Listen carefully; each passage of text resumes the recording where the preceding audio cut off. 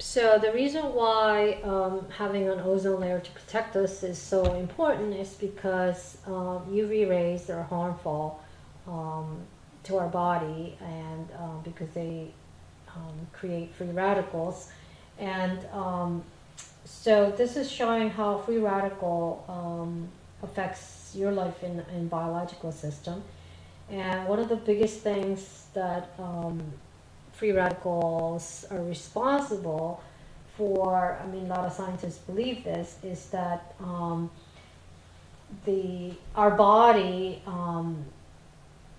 produce free radicals, and these are generated by metabolism of drugs as intermediates, and their enzyme catalyzed reactions in some of the pathways.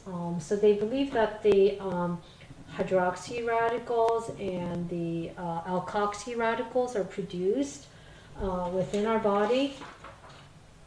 Um,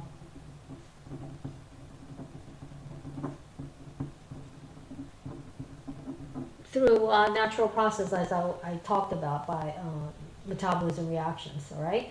So as you can predict, these radicals are very reactive and can be extremely dangerous if it interacts with our DNA, right? Or our cell membrane, etc.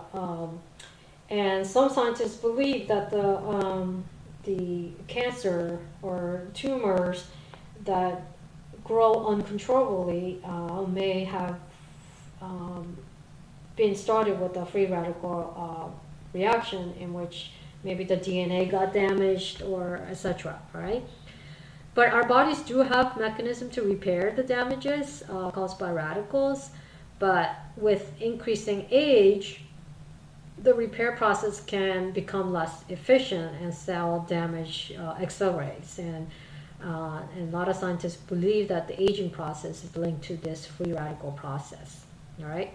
So many of the vitamins that we take are essential in preventing these reactive radicals from damaging our cells. So for example, vitamin E and other antioxidants and vitamin C, they're encouraged to be taken because they function as antioxidants.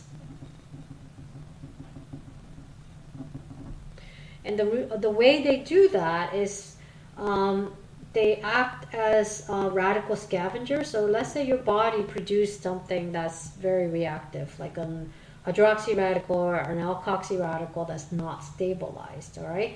So then what happened is that of all these hydrogens here, the hydrogen that the hydroxy radical will abstract is this proton here, because then it forms water.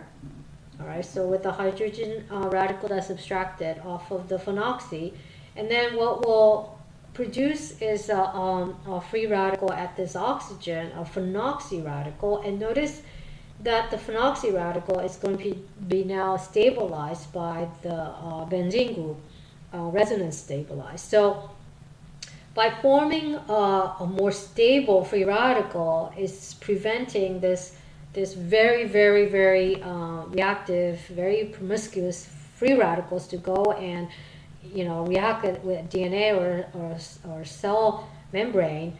By producing more stable free radical, that damage is not going to occur, right? So that same mechanism is what is used in food preservatives. This is butylated hydroxytoluene, BHT. You often see this as food preservative when you look at the ingredients in food. And the same thing happens here, is preventing autooxidation, or the basically how food spoils is by oxidation, and the oxidation process is by free radical mechanism. And what it does then is it reacts, the free radical that's produced through autooxidation will react with the preservative at this proton again, and it will form, so that hydrogen is subtracted and it will form an oxygen free radical here once again, that phenoxy radical is stabilized by the benzene ring. But not only that, notice the two big T-butyl groups. So why you have two T-butyl, big bulky group next to the oxygen radical, is to prevent sterically this radical from reacting further on, and that was engineered specifically for that, to have something very bulky next to the oxygen radical that's resonance stabilized, and that's how the BHT, the food preservatives, work. All right. The last very important thing to understand is the radical polymerization reaction, which is what you're doing in lab. So that's how the polymer is made, and I highly recommend that after looking at this mechanism, see if you could write a mechanism for the VBT synthesis. So that's one of the drill I want you to be able to do, is write the free radical mechanism for the VBT synthesis, the polymer, not the monomer. All right.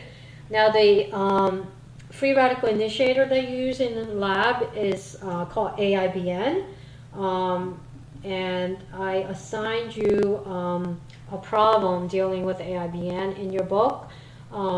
So you should definitely take a look at the free radical initiator that you use in lab. But basically, like all initiators, you're creating an initiator, and that initiator goes on and reacts with the, in this case, ethylene.